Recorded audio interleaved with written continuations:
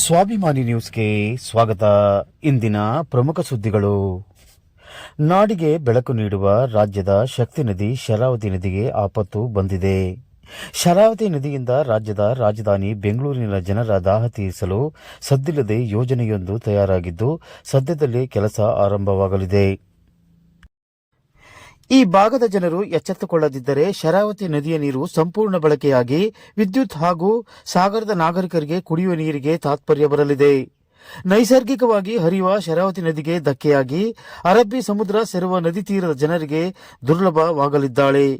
ಈಗಾಗಲೇ ಎಚ್ಚೆತ್ತುಕೊಂಡರೆ ಈ ಯೋಜನೆ ನಿಲ್ಲಿಸಲು ಸಾಧ್ಯ. ಇಲ್ಲವಾದರೆ ರಾಜ್ಯದ ಜನರಿಗೆ ಬೆಳಕು ನೀಡುವ ನದಿ ಕತ್ತಲಲ್ಲಿ ಕಣ್ಮರೆಯಾಗಲಿದ್ದಾಳೆ.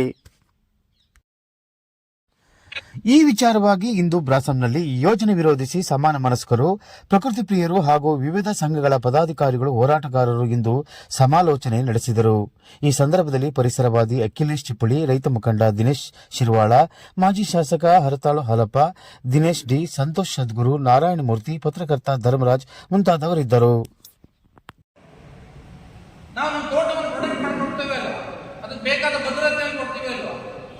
ಹೋರಾಟ ಮಾಡ್ತೀವಿ ಅಲ್ವಾ?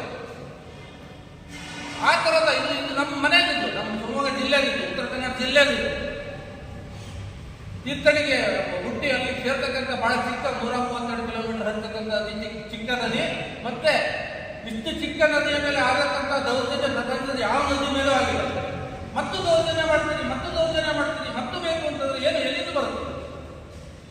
ಹಾಗಾಗಿ ಯಾವುದೇ ಕಾರಣಕ್ಕೂ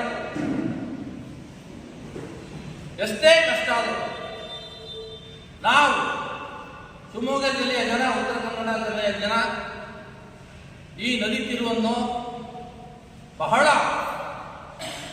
ಉಗ್ರವಾಗಿ ಖಂಡಿಸ್ತವೆ. ಈ ನದಿ ತಿರುವು ಅಂತಲ್ಲ, ನದಿಯನ್ನು ಅಪಹರಣ ಮಾಡ್ತಾ ಇದ್ದಾರೆ, ಕದಿತಾ ಇದ್ದಾರೆ. ಸ್ಪಷ್ಟವಾದ ಶಬ್ದ ನದಿ ತಿರುವುದು ಸ್ವಲ್ಪ ಸತ್ಯ ಭಾಷೆ ಆಗುತ್ತೆ. ನಮ್ಮ ಶರಾವತಿಯನ್ನು ಅಪಹರಣ ಮಾಡಿದ್ದಾರೆ. ಅದರ ಮೂಲಕ ಇಲ್ಲಿಂದ ಈ ನದಿಯನ್ನು ಕೊಲ್ಲಿಕ್ಕೆ ಹೊರಟಿದ್ದಾರೆ, ಇಲ್ಲಿ ಜನರ ಬದುಕನ್ನು ನಾಶ ಮಾಡಲಿಕ್ಕೆ ಹೊರಟಿದ್ದಾರೆ. ಅದೇ ರೀತಿ ಪ್ರಮುಖ ಸ್ಟೋರಿಯಲ್ಲಿ ಅಷ್ಟೇ. ಬೆಂಗಳೂರಿಗೆ ಇವರು ಇದು ಹೊನ್ನಾವರ ಹೋಗಿ ನೀರಿನಲ್ಲಿ ಪಂಪ್ ಮಾಡ್ತಾರೆ. ಹೊನ್ನಾವರ 0 ಲೆವೆಲ್, 9 ಸಿ ಲೆವೆಲ್ ಅಂತಾರೆ, ಸಮುದ್ರ ಮಟ್ಟಕ್ಕೆ. ಆ ಪಂಪ್ ಮಾಡೋದು 450 ಕಿಲೋಮೀಟರ್ ದೂರ, ಎಷ್ಟೊಂದು ಅಗಾಧವಾದ ಪ್ರಮಾಣದಲ್ಲಿ ನಮಗೆ ಇನ್ನೂ ಕೂಡ ನಾವು ತಿಳ್ಕೊಂಡಿಲ್ಲ. ವೈಜ್ಞಾನಿಕವಾದ ಸತ್ಯಗಳೇ ಬೇರೆ. ಅಖಿಲೇಶ್ ಚಿಪ್ಪಳಿ ಅವರು ಹೇಳಿದಾಗೆ ಹರಿಯ ನೀರು ಸಮುದ್ರಕ್ಕೆ ಸೇರಿದಾಗ ಅಲ್ಲಿ ಆಮ್ಲಜನಕ ಉತ್ಪಾದನೆ ಆಗುತ್ತೆ. ಭೂಮಿ ಮೇಲಿನ ಆಮ್ಲಜನಕ 10% ಭೂಮಿ ಮೇಲೆ ಮರಗಳಿಂದ ಉತ್ಪಾದನೆ ಆಗುತ್ತೆ. ಸಮುದ್ರದೊಳಗೆ 90% ಆಮ್ಲಜನಕ ಉತ್ಪಾದನೆ ಆಗುತ್ತೆ. ವೈಜ್ಞಾನಿಕವಾಗಿ ವಿಜ್ಞಾನಿಗಳು ಹೇಳಿರ್ತಕ್ಕಂಥ ಸತ್ಯ. ಹಾಗಾಗಿ ದಯವಿಟ್ಟು ಎಲ್ಲರೂ ಸೇರಿ ನಮ್ಮ ರೈತಾಪಿ ವರ್ಗವನ್ನು ಪರಿಗಣನೆ ತಗೊಂಡು ಈ ಹೋರಾಟವನ್ನು ಮಾಡಿ. ಬರೀ ಕಾಡಷ್ಟೇ ಹೋಗಲ್ಲ, ರೈತರ ಜಮೀನು ಹೋಗ್ತದೆ. ಬೆಂಗಳೂರಿಂದ ಹೋಗ್ತದೆ, ತುಂಬ ಜನ ರೈತರ ಜಮೀನು ಹೋಗ್ತದೆ. ಇಲ್ಲಿ ಸಾಗರದಲ್ಲಿ ಯೂನಿಟಿ ಅಂತ ಒಂದು ಯೋಜನೆ, ನಾನು ಆವಾಗಲೇ ಹೇಳಿದ್ದೀನಿ, ಯಾವುದೇ ಕಾರಣಕ್ಕೂ ಕೂಡ ಅಂತೆ ಕಾಣೋದಿಲ್ಲ ಅಂತೇಳಿ. ನಾನು ಭೂಮಿ ಕೊಟ್ಟಿದ್ದೀನಿ, ನಮಗೆ ಯಾವುದೇ ಪ್ರಯೋಜನ ಇಲ್ಲ. ಹಾಗಂತ ನಮ್ಮ ನಗರದ ಪ್ರದೇಶದ ಜಮೀನು ಕೂಡ ಪ್ರಯೋಜನ ಸಿಕ್ಕಿಲ್ಲ. ಯಾರು ಕೂಡ ನಾವು ಕೇಳೋ ಪರಿಸ್ಥಿತಿ ಇಲ್ಲ. ಮರು ಪ್ರಶ್ನೆನೂ ಯಾರೂ ಹಾಕ್ತಾ ಇಲ್ಲ. ಯಾಕೆ ಇನ್ನೂ ಆಗಿಲ್ಲ ಅನ್ನೋದನ್ನು ಕೇಳ್ತಾ ಇಲ್ಲ. ನಾವು 1-2 ನಿಮಿಷಕ್ಕೆ ಒಂದು ಮಾತಾಡ್ಬೋದು. ಆದರೆ ಇಲ್ಲಿ ಪಟ್ಟಣಕ್ಕೆ ನೀರು ಕೊಡ್ತಾ ಇದ್ದಾರೆ ಮತ್ತು ಅಕ್ಕಪಕ್ಕದ ಹಳ್ಳಿಗಳಿಗೆ ಕೊಟ್ಟಿದ್ದಾರೆ. ಮತ್ತು ನಮ್ಮ ಹಳ್ಳಿಗಳಿಗೂ ಉಟ್ಕೊಂಡು ಈಗ ಇತ್ತೀಚೆಗೆ ಬಂದ ಕೆಲವು ಕಾರ್ಯಕ್ರಮದಲ್ಲಿ ನೀರಾವರಿಗೆ ಆಮೇಲೆ ಕಸವಾಗಬೇಕು ಈ ಭಾಗದಲ್ಲಿ ಮಾಡ್ತಾರೆ. ಮತ್ತು ಅವುಗಳ ಆ ಕಡೆ ಮಾಡ್ತಾರೆ. ಒಟ್ಟಾರೆ ಶರಾವತಿ ನಮ್ಮ ಸಾಗರಕ್ಕೆ ನಮಗೆ ಅದರಲ್ಲಿ ಯಾಕೆ ನಮ್ಮ ಬಂಗಡಿಯರು ಅಲ್ಲಿ ಅವತ್ತು ಜಮೀನು ಕಳ್ಕೊಂಡು ಇಡೀ ದೇಶ ಕರೆಸ್ಕೊಂಡು ಅವ್ರು ಇನ್ನೂ ನ್ಯಾಯ ಸಿಕ್ಕಿಲ್ಲ. ಅದರ ಬಗ್ಗೆ ಕೆಲವು ಯೋಚನೆ ಮಾಡಬೇಕಾಗುತ್ತೆ. ಹಾಗಾಗಿ ಶರಾವತಿ ಕಳ್ಕೊಂಡಂಥ ರೈತರು ನ್ಯಾಯ ಕೊಡೋದನ್ನು ನಾವು ಮಾಡಲೇಬೇಕಾಗ್ತದೆ. ಹಾಗಾಗಿ ಹಂತವಾಗಿ ಮಾಡಬೇಕು. ಈಗ ಮೊದಲಿಂದ ಸರ್ಕಾರದ ಗಮನಕ್ಕೆ ಇವಾಗ ಮಾಡಿ ಆಗಿದೆ. ನಾಡಿನ ಬುದ್ಧಿಜೀವಿಗಳು ಆ ಅದರಲ್ಲಿ ಎಡಪಂಥೀಯರು ಬಲಪಂಥೀಯರು ಎಲ್ಲರೂ ಇದನ್ನು ವಿರೋಧ ಮಾಡ್ತಾರೆ. ರಾಜೇಂದ್ರ ಮಾಡ್ತೀವಿ ಒಂದು ಹಂತದಲ್ಲಿ ಗಮನಿಸಿದ್ದಾರೆ.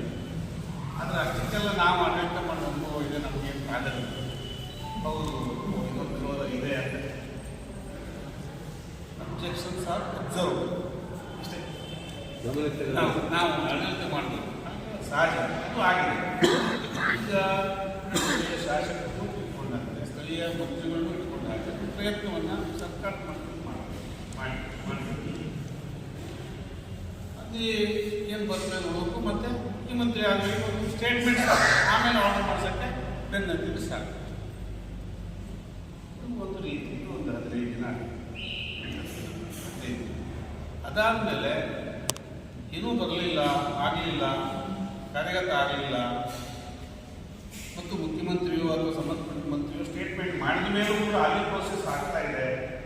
ಯಾಕೆಂದರೆ ಟೆಂಡರ್ ಆಗಿದೆ, ಲೈನ್ ಎಸ್ಟಿಮೇಟ್ ಮಾಡಲಿಕ್ಕೆ 73 ಲಕ್ಷ ರೂಪಾಯಿಗೆ ಏಜೆನ್ಸಿನೂ ಫಿಕ್ಸ್ ಆಗಿಬಿಟ್ಟಿದೆ, ಟೆಂಡರ್ ಆಗಿದೆ. ಯಾರು ಮಾಡಬೇಕಾದ ಕೆಲಸ ಹಾಗೆ ಅವರು ಕೆಲಸ ಶುರು ಮಾಡ್ತಾರೆ. ಆದರೆ ಮುಖ್ಯಮಂತ್ರಿ ಆದರೂ ಅಥವಾ ಸಂಬಂಧಪಟ್ಟ ಮಂತ್ರಿ ಅಥೆಂಟಿಕೇಟೆಡ್ ಆಗಿ ಹೇಳ್ಬೋದು.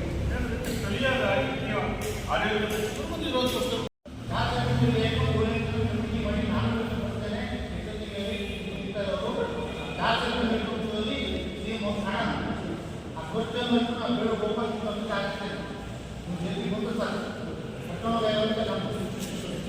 ಯಾರೋ ಒಬ್ಬರು ಅದ್ರ ಮೇಲೆ ಬೇರೆ ಯಾಕೆ ಅದೊಂದು ರಕ್ಷಣೆಗೂ ನಾವು ಕೊಡಬೇಕು. ಆಮೇಲೆ ಒಂದನ್ನು ಕಮ್ಯುನಿಕೇಟ್ ಮಾಡಿ ಏನು ನಮ್ಮ ಶಾಸಕರಿದ್ದಾರೆ ಎಲ್ಲರಿಗೂ ನಮ್ಗೆ ಸಿಗ್ತಾರೆ, ಕಮ್ಯುನಿಟ್ ಮಾಡಿ ಅವ್ರನ್ನ ಭೇಟಿ ಮಾಡೋಣ. ಭೇಟಿ ಮಾಡಿ ಇವಾಗ ಬೆಂಗಳೂರು ಸಿ ಎಮ್ ಎಕ್ಸಾಮ್ ಅದನ್ನು ಭೇಟಿ ಮಾಡೋಣ. ಭೇಟಿ ಮಾಡಿ ಬಡ್ಡಿ ಕೊಡೋಣ. ಬಡ್ಡಿ ಕೊಟ್ಟ ನಂತರ ಏನೇ ಹೊರಗೆ ಬಂದು ನಾವು ಕಾರ್ಯವಾಗಿ ಕರೆ ಕೊಡೋಣ. ಏಕದಮ್ ನಾವು ಸಾಲ ಬಂದು ಮಾಡೋದ್ರಿಂದ ಇಮೇಲ್ ಕಾಗದ ಇದ್ದಾರೆ 24 ಅವರ್ ನಮ್ಗೆ ಸಿಗ್ತಾರೆ. ಇಮೇಲ್ ಕಾಗದ ಎಷ್ಟಂತ ಅವರು ಈಗ ಇಟ್ಕೊಂಡ್ಬಿಟ್ಟು ಇರ್ತಾರೆ, ಖರ್ಚು ಮಾಡಿ ಕೊಡ್ತೀನಿ. ಅದ ಬೇಡ, ಈಗ ಸುದ್ದಿ ಬೇಡ. ಈಗ ಎತ್ಲಾಗ ಹೋಗ್ಬಿಟ್ಟಿರೋ ಇದು ಎಲ್ಲ ಹೋಗ್ತಾ ಇದೆ. ಅಭಿಪ್ರಾಯ ಹೇಳೋದು ಯಾವ